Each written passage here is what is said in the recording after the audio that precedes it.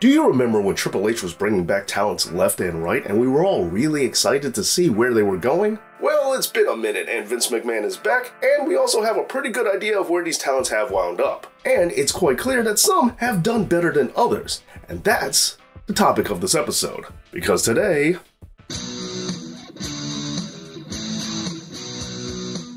Before we get into the episode, I have to ask, are you a part of the Thinking Fans channel? Are you in the know? Please make sure that you're subscribed to Dave Knows Wrestling and that your notifications are on. That way you know whenever brand new content comes out. Anyway, now with that being said, let's get into the video. Alright, so this is my own personal ranking of the Triple H rehires. And we're specifically dealing with people who were brought back after Triple H was put in charge. So we're not including wrestlers like Roman Reigns who have been there the whole time. You forgot LA Knight. Again, he was there the whole way through, so he doesn't count. Well, he counts as a rehire to me. That's not how that works. Oh, and also, this is not an indictment on any of these wrestlers' skills, and it's not a criticism on any of their talents. This is merely a ranking of how well I think these talents were utilized, not how much talent I think they have. Anyway, now that we got that out of the way, let's get into the list.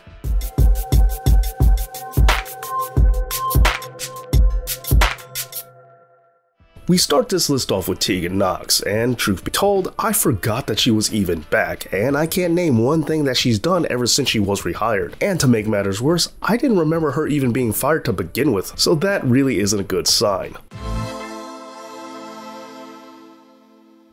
Next up is Emma. Now, Emma I do remember being rehired, and on occasion I see her on an episode of SmackDown, I think. But as much of a fan of Emma's as I am, I have to admit her being brought back has made very little impact.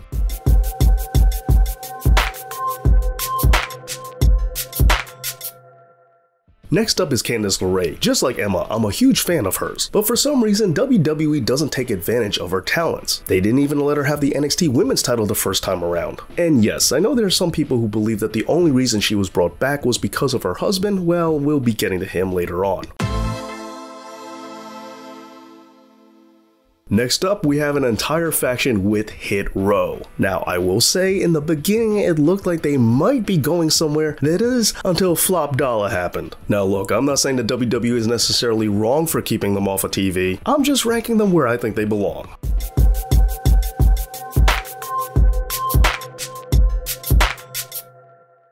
While Sarah Logan really isn't doing all that much, she does seem to have more character now than she did the first time around, and at least she gets to be around her husband, as getting to work with your spouse must be pretty cool, but outside of that, I can't really say that she's doing much. Okay, so now onto the mid-range for the rehires. We start this part off with Mia Yim. I mean, yeah, her name got changed to Michin, and she's also not doing a whole heck of a lot, especially if AJ Styles is injured, but at least she's part of the fake Bullet Club, so you know, that's something.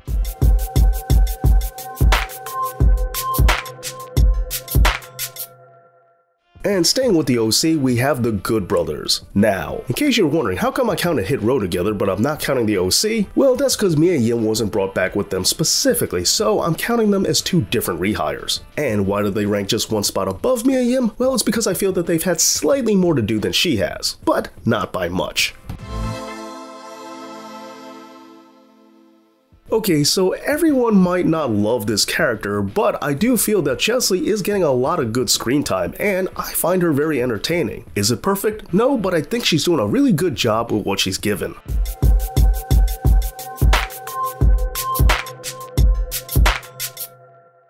Alright, now a controversial one, and I really didn't know where to put him, but he's gonna be right here in the middle of the pack, and that's Bray Wyatt. From his return at Extreme Rules and his first promo back, everything was fantastic. It was a great return, and it was a great, heartfelt, emotional promo. However, everything after that has been absolute crap. I mean, I hate the Uncle Howdy gimmick, and the Mountain Dew match, I mean, what is up with that? Bray Wyatt came back just to do? So I have no idea how to rank him when his first two appearances since his return were amazing, but then everything afterwards has been terrible. So, in the middle he goes.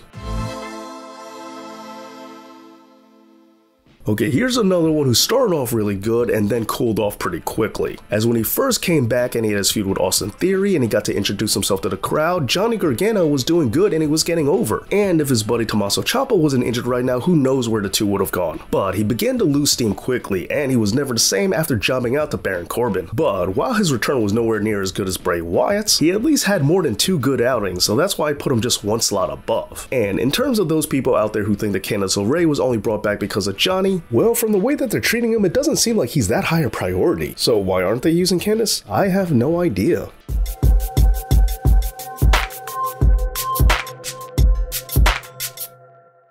Yes, Dexter Lumis's program with The Miz lasted way too long, and the storyline conclusion wasn't any good, but it was very entertaining and enjoyable for a period of time. And when he was initially brought in and you just saw him in the background or trying to charge through the crowd, it was a lot of fun. But since then, he's went from fighting his way through the crowd to just blending into the background.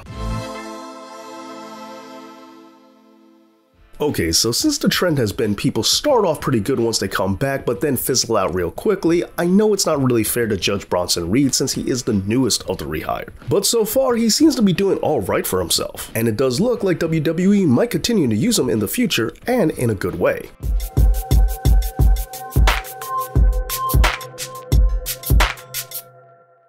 Alright, Braun Strowman is definitely not in the main event scene like he used to be, but I have to say that I'm thoroughly enjoying his tag team with Ricochet, even if I don't really love hodgepodge tag teams. But so far, he's been used in a fairly routine capacity, and used pretty well at that. Ever since he came back, I've liked a lot of what I've seen from Karrion Kross. First of all, I like the gimmick way better, and I'm not just talking about the gladiator outfit, as I think this current persona is much better than the silent guy that he was in NXT, especially considering that I think he's good on the microphone, and let's face it, he's got great hair too. But furthermore, he's also managed to get some solid wins over wrestlers like Drew McIntyre and Rey Mysterio, who are both former WWE champions. Hopefully, we get to see him wearing some gold sooner rather than later.